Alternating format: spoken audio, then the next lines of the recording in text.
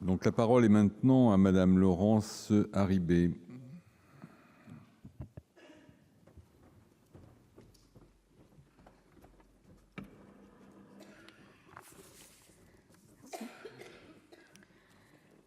Monsieur le Président, Madame, Monsieur les ministres, Monsieur le rapporteur, le texte qui nous est soumis vise en effet la transposition du droit européen en droit national sur 3 volets qui ne sont pas vraiment un fourre-tout, qui sont plutôt peut-être un inventaire à la Prévert, mais qui en tout cas trouvent leur unité dans la recherche d'une meilleure sécurité.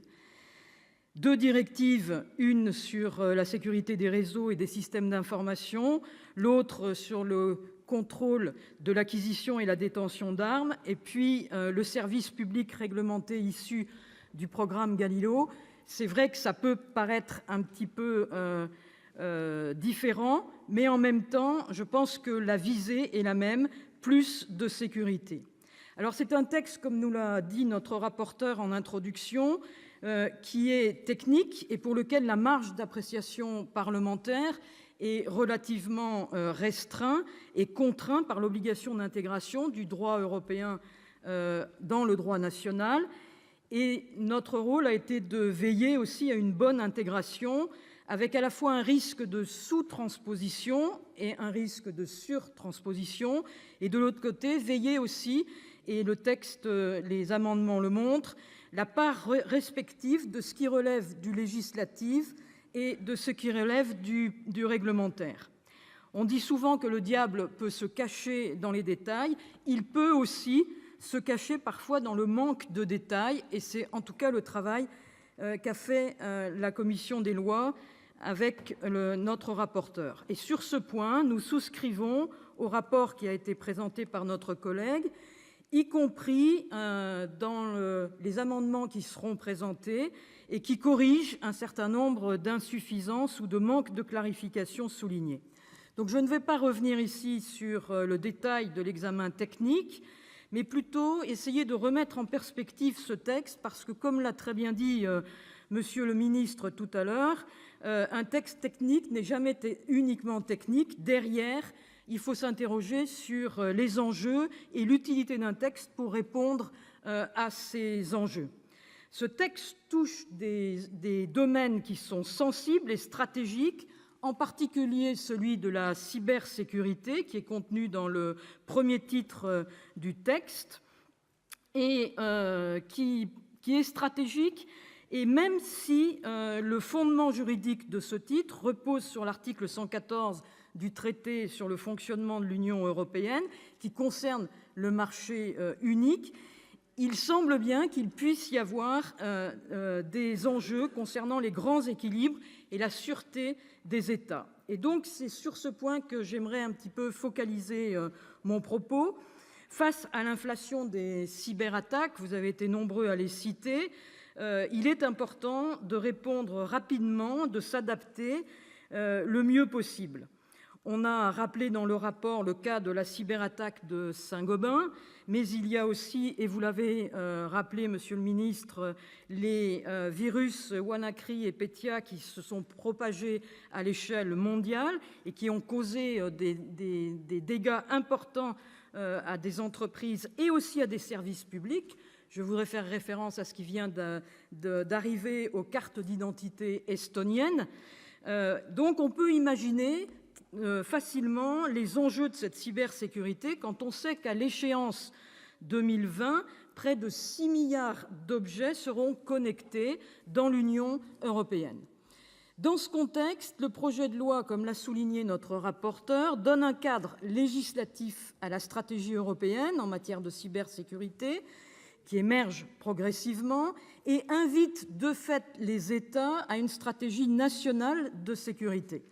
Dans cette double stratégie européenne et nationale, et les deux sont intrinsèquement liés, se pose notamment, sinon dans ce texte que nous étudions, en tout cas dans ceux qui immanquablement vont suivre, la question de la certification en matière de cybersécurité, pour laquelle près de la moitié des États membres ont mis en place un dispositif Il faut noter que la France fait partie des quelques pays qui ont une vraie expertise en la matière, dans le domaine.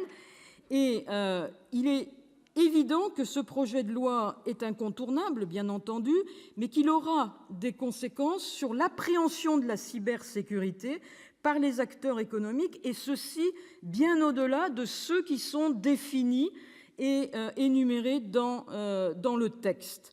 Pourquoi ?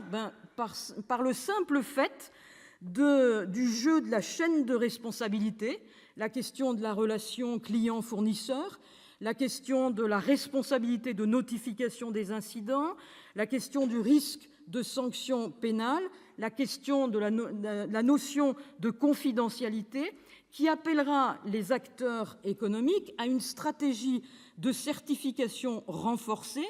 Et c'est là qu'il conviendra d'être particulièrement vigilant, car le risque, c'est que sous la pression de la nécessité d'une certification, on aille vers une certification par le bas. Et là, je fais référence au projet de règlement qui a été pour un système européen de certification en matière de cybersécurité, sur lequel la Commission des affaires européennes s'est prononcée en matière de conformité, de subsidiarité. Et là, mieux protéger, il faut que ça soit à nos esprits, et éviter que la pression à la certification aboutisse en fait à une certification par le bas. Et on sait que là, les enjeux sont particulièrement importants. Et là, on sera dans le domaine d'un règlement sur lequel on ne pourra pas intervenir en matière de droit français. Voilà l'essentiel de ce que je voulais souligner en prélude au vote sur ce volet qui concerne la cybersécurité. En ce qui concerne le titre 2 sur le contrôle de l'acquisition et de la détention d'armes, pas de remarques particulières, si ce n'est celles qui ont été faites par notre rapporteur et auxquelles nous souscrivons, parce que finalement, comme ça a été dit dans le rapport, le texte est relativement faible au vu de ce qui était visé lors de la demande par la France d'un texte au niveau européen. Enfin, le titre 3 relatif aux services publics réglementés n'appelle pas de remarques particulières pour nous non plus, ce qui explique que nous souscrivons à ce projet de loi et que nous adopterons aussi les amendements qui ont été présentés et validés dans le cadre de la commission des lois, avec juste une réserve sur la question du risque d'inconstitutionnalité qui a été abordée dans le rapport et par d'autres collègues. Je vous remercie. Merci.